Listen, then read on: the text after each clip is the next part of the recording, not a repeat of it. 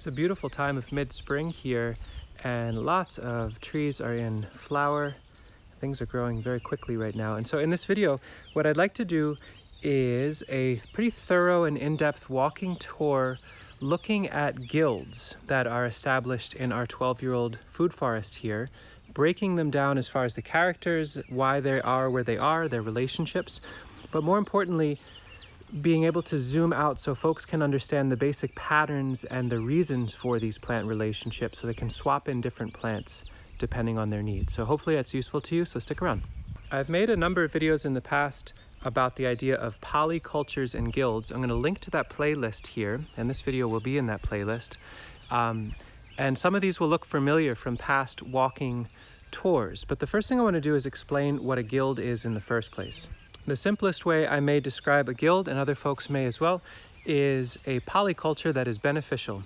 So in other words, there are multiple species of plants that are planted near one another for the benefit of each other, that they all occupy separate niches, so there's no direct competition, and they complement each other in the landscape. And so, as a living example in front of us, here is, I'll give the basic components first. The keystone tree is this apple. And I actually topped the apple. I'll talk about that in a little bit. So it doesn't get much taller, it'll get wider. So that is our keystone of this guild. Down below, on the south side of the apple, are red currants. Now they create a really good competition for shrubs and other weeds that might come up around the apple. They are also shade tolerant. In fact, they will make a really nice fruit set. You can see all those flowers drooping. Those will all be beautiful red currants later on.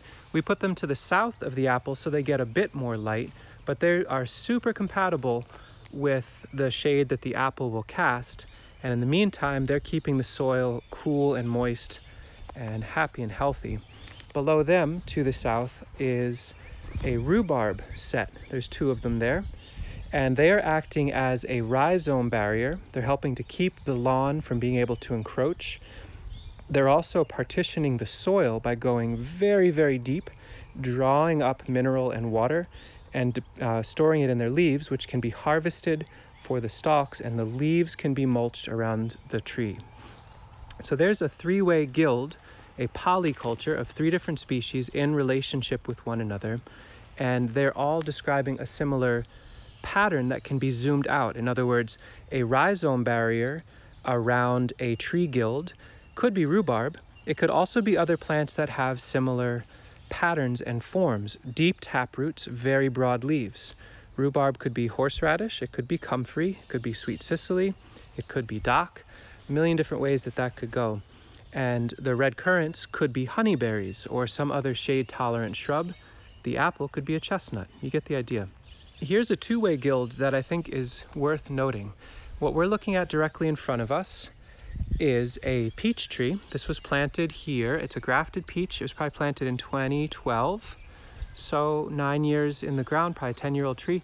It's made a fair bit of fruit, but it's starting to get gummosis, which is a standard disease or ennui that peaches get. Now we could be treating that and pruning thoroughly. You can see it's a pretty minimally pruned peach, and I anticipate that it will actually pass away in not too long a time. And that is just fine because the second member of this is a pawpaw. Pawpaws like cool, moist soil when they're young.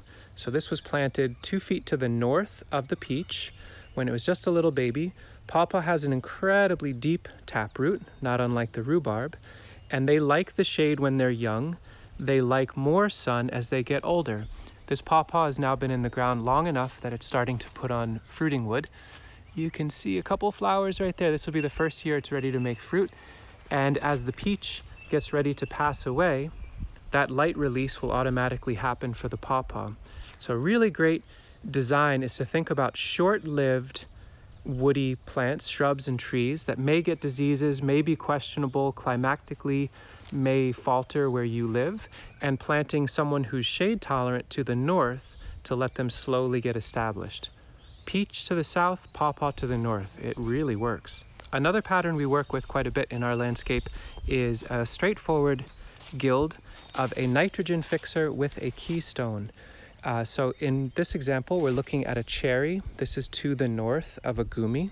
The gumi is a shrub that in time will need to be pruned to make sure the cherry doesn't have too much competition. But since the gumi fixes nitrogen from the atmosphere and puts it in the soil, we now have an allied partnership of a light-loving nitrogen fixer to the south, getting its needs met, providing fuel and fertility for our overstory, who will cast shade to the north. Here, a plum has the same pattern with a gumi. We've talked about this recently in a video. And as needed, we can cut and adjust these plants. We can cut the rhubarb, we can cut back the peach, we can cut back the gumi if need be. Here we have an apple with a very simple guild again of just a beautiful luscious rhubarb. There's 2 of them. Those were planted closer to the apple in this case to keep the weeds down. There's a little bit of dead nettle, which is completely fine by us. That's a good spreading ground cover.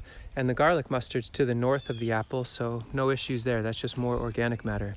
So your guilds can be a very simple idea of a tree you care about with a nice ground covering perennial companion down low. Here's a much younger guild set in motion last year of a Siberian peach. And again, similar patterns happening. This is to the north of a few white currants that are to the southwest and southeast. So they're going to be compatible with what's going on there. They'll get some good light. This has 2 nitrogen fixing friends in the form of river locust or Amorpha fruticosa. This will be a very aggressive, fast-growing shrub that we can chop and drop to feed the peach as needed. And for our rhizome barrier and dynamic accumulator, instead of rhubarb, we're leaning into sea kale. Really great candidate for that work. In this case, we have an almond tree, very big overstory tree, and since we're not harvesting fresh fruit from them, we want the seed. We can let this grow as tall as possible and let it just drop the fruits because we're after the seed anyway. So we'll let it be a timber apricot. And down below, we've got some iris as a ground cover. And instead of a red currant, we now are playing with gooseberry. So similar family, shade tolerant, spiky, so a little bit of deer deflection built into that as well.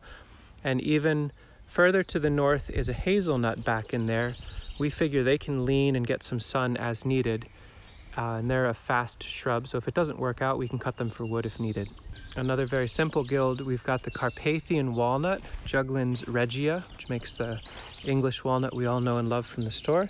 This is growing here, and since it produces juglone right out of the gate, it makes sense to associate them with a pawpaw. The pawpaw is just about the most juglone tolerant tree we've ever met, but I could imagine a Carpathian walnut having a mulberry nearby, or some elderberry growing in a thicket, or blackcap raspberry. They've all proven to us empirically after 10 years to be 100% juglone tolerant and actually like the juglone too. This pawpaw made its first fruit last year, and it was just about the largest pawpaws we've ever seen. They were on the ground. We found them by slipping on one. Our friend Margarita was here and she slipped on it and left a tropical fruit scented yellow stain on the ground, and we found a few other ones. They were gigantic. So we'll make some videos about this one and maybe save seed from that explicitly.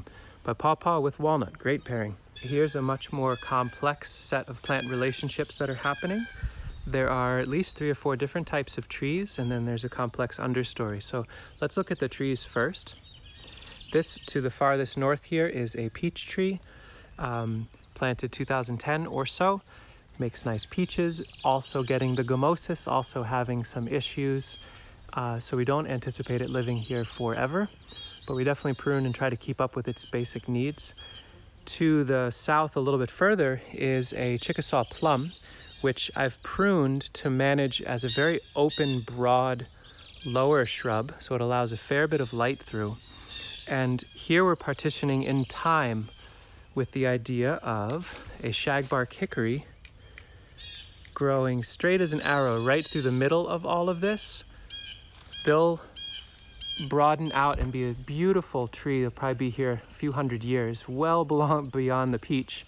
Peach will pass away in the next handful of years, and the shagbark hickory will be this grand overstory, and the plum being to the south of them will be able to thicket form and sucker and get away as needed. Down below, we've got some really beautiful bulb flowers throughout, and then Sweet Sicily is acting as a really luscious, beautiful ground cover, dynamic accumulator fungal promoter and licorice flavored lettuce snack. And it really likes being under the shade of the peach. It gets light early in the spring, and then as things get hotter and drier in the summer, the peach actually keeps the sweet Sicily very comfortable. And those flowers are delish. Here we have another tree dominant guild. In the center is a chestnut. The ground cover in here is garlic, so we have a nice aromatic, confusing ground cover, as well as Turkish rocket, which are the dynamic accumulators and nutrient depositors underneath. And this chestnut has its pollinator friend over there. So they haven't leafed out yet for the year. But we've added into this chestnut scene a couple extra tree friends, because we see this all the time happening in nature. There's a mulberry to the south and east. If the mulberry gets a little bit too tall and starts to put pressure on the chestnut, we can pollard the mulberry or coppice it, cut them low, and harvest them on rotation for firewood or for fruit we can actually access. The Carpathian walnut to the north of the chestnut by about 4 or 6 feet. You can see early on it had a lot of stress. It had to lean out, and now it's righting itself.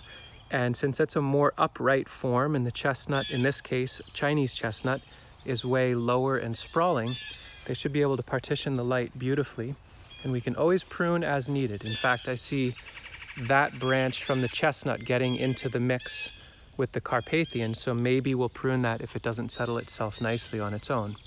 So many trees together. You might say to yourself, boy, you're supposed to have 25 feet or 50 feet between trees, and that's true if you want absolute maximum performance from that single tree. But we see this in nature all the darn time. You go walking in a hedgerow and you'll see a 60-year-old shagbark hickory with a 50-year-old sugar maple a quarter inch from each other. The trunks merge. Nature gets along a lot better than we give the credit for, and a slightly reduced yield of chestnut in exchange for also mulberries and also Carpathian walnut and also garlic and also Turkish rocket. I'll take that trade any day of the week. I could go on and on, but maybe I'll leave it here for now. If there's interest, let me know. I can do some more in-depth guild tours. It's one of my favorite aspects to this permaculture work that we do, and we lean heavily into the idea of plant interrelationship and interdependency very, very much, and it's worked incredibly well for at least a decade for us. But you get the basic idea. More importantly than anything else is to not feverishly write down each of these trees and plants and mimic the patterns exactly, but instead think about the pattern and zoom out a bit. You know, the short-lived tree with the shade-loving tree to the north, that could be all sorts of different species. And if you're not in the Northeast, if you've got a drier climate, you know, maybe figs and olives and this and that. But how do these different plants relate to each other? How do we bring them into community and create that resiliency of multiple species occupying similar spaces? So if 30% of the system just disappears, we're still left with more food than we know what to do with. Polycultures and guilds, functional, healthy interrelationships. Really lovely concept and very excellent in practice. Thanks for watching.